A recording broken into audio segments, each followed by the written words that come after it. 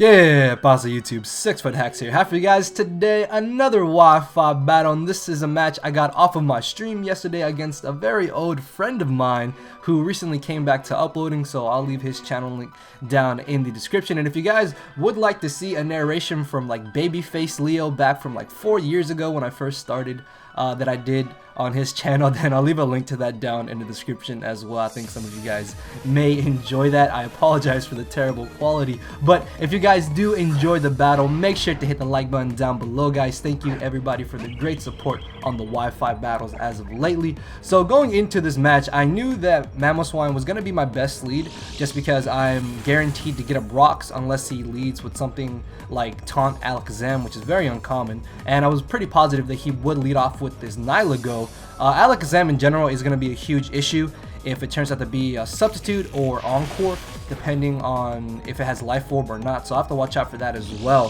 So instead of him getting up rocks here, he's actually going to decide to 2-hit KO my Mamoswine, which is actually not that bad of a play for him to do because Mamoswine was a humongous threat to his team.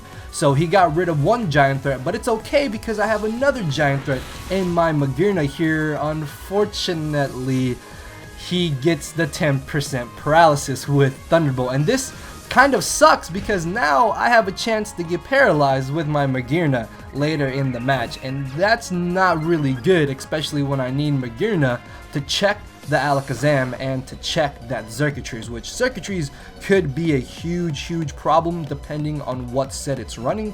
So as he brings in the Alola Marowak here, I only have two real switch-ins to this, which are either this, my Garchomp, or my Primarina. And I'm very positive that he's not going to go for a Will-O-Wisp here, so I make the aggressive switch into my Garchomp, which actually has the wrong item. This was supposed to be Scarfed Garchomp, but it turns out that I actually have a Z Crystal, and that kind of sucks because if I was Scarfed, then I would be able to check the Circuitries and the Alakazam, and they wouldn't be as big of a problem. But now because they have the chance to outspeed me, well, Alakazam outspeeds me, but then Circuitries could be Scarfed, they are a slightly bigger issue than they originally should have been. But as he brings in the Tapu Bulu here, I didn't go for the Fire Fang because I didn't want to overpredict against the Marowak, and I'm going to be able to catch him off guard here because I actually have the Firium Z Crystal, which is going to turn my Fire Fang into Inferno Overdrive, which I was expecting Inferno Overdrive to just annihilate this Tapu Bulu, but as you're about to see, he is going to end up barely living on like 10-15% HP. Luckily though, he ends up making an over prediction, probably expecting me to switch into my Buzzwole, considering that that is my best switch into a potential Choice Banded Woodhammer. And I'm in a pretty good scenario right now, and I really don't have to over predict. I can definitely safely go for another Fire Fang. The thought of Swords Dancing also really crossed my mind on the off chance that he did want to switch out, because he could still try to save Tapu Bulu for Death Fodder later in the game, which he is going to do here as he does switch into the Araquanid, expecting me to go for another Fire Fang. I'm not able to get the burn to pay him back for the paralysis on my Thunderbolt, but it's okay because we're still able to get off a little bit of damage on the Araquanid, which I'm pretty sure is going to be Assault Vested or potentially Choice Banded.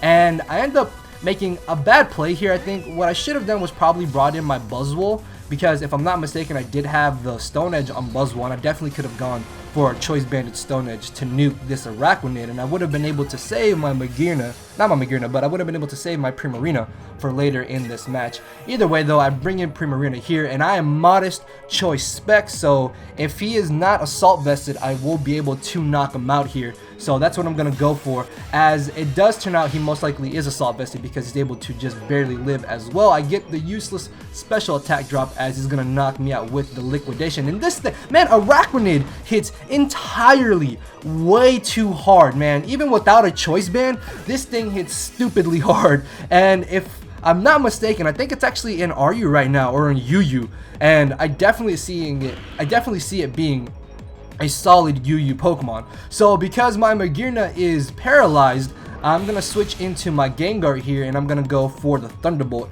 I guess in hindsight, I could have also brought in my Garchomp, but I didn't want to do that because that would have given him a potential switch into the circuitries to revenge kill me, and by bringing in my Gengar here, I can force in the Alakazam, and I guess I could have switched into my Magearna, but I don't want Magearna to take any unnecessary damage because, like I said, the paralysis could come into play later in this match if I need to take an extra hit and I get paralyzed, and that paralysis could potentially cost me the game. So it would have been nice to keep Gengar around, but if he does have Scarf Circuitries, he would have been able to outspeed me anyways, and then there was also the potential that he was going to overpredict.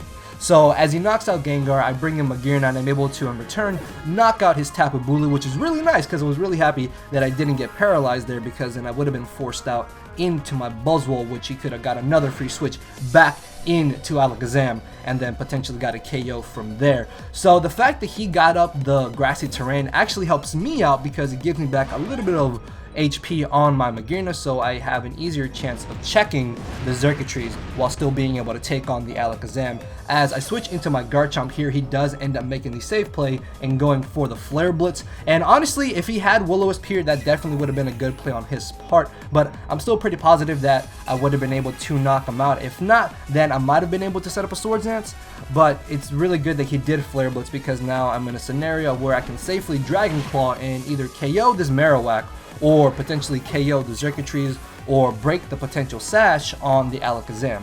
So as I knock out the Marowak, he's gonna end up bringing in the circuitries here, and I make a really bad misplay here, and instead of staying in, what I should have done was switched into my Magearna on the Dazzling Gleam or Hidden Power Ice, and then if he wasn't Choice Scarfed, as you see here, because I'm able to outspeed him, what I could have done was then switched into my Buzzwole, because at this point Buzzwole really doesn't do anything for me because it gets knocked out by Circuitries and by Alakazam, and then that would have given me a switch back into my Garchomp because the grassy terrain would have been gone at that point. I would have been able to knock him out with the Earthquake, and then at that point my Magearna would have been able to just deal with Alakazam.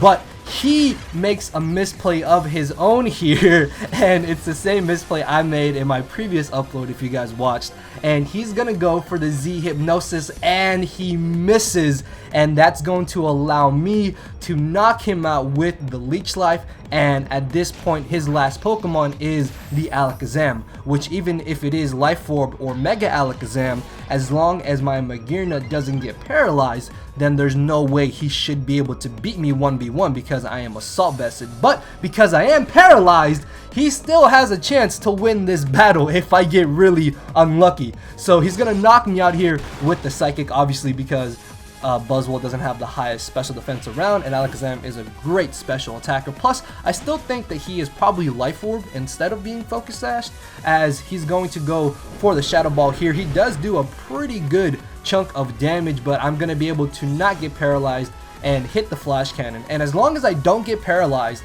2 turns in a row and he doesn't Focus Blast or gets a crit or Spadef drop, I can win here, and luckily I don't get paralyzed, and I'm going to be able to knock out the Alakazam, and Magearna is going to pull out the victory after being paralyzed so early on in the battle. So good game to my boy OxBATz. I really thought this was a good match. Like I said, we both made really huge misplays that cost us in the end, but if I had made the play that I said, then I still would have been able to win the match. So I guess in the end it kind of evened itself out. But yeah guys, make sure to go check him out. His channel link is down in the description. If you guys did enjoy, make sure to hit the like button down below. Also follow me on Twitter, comment, subscribe, check out the guest narration if you would like to do that. And with that being said guys, thank you all for watching. I will be streaming later today, so come out to that if you would like to join the stream, and I will see you all tomorrow. So later everybody.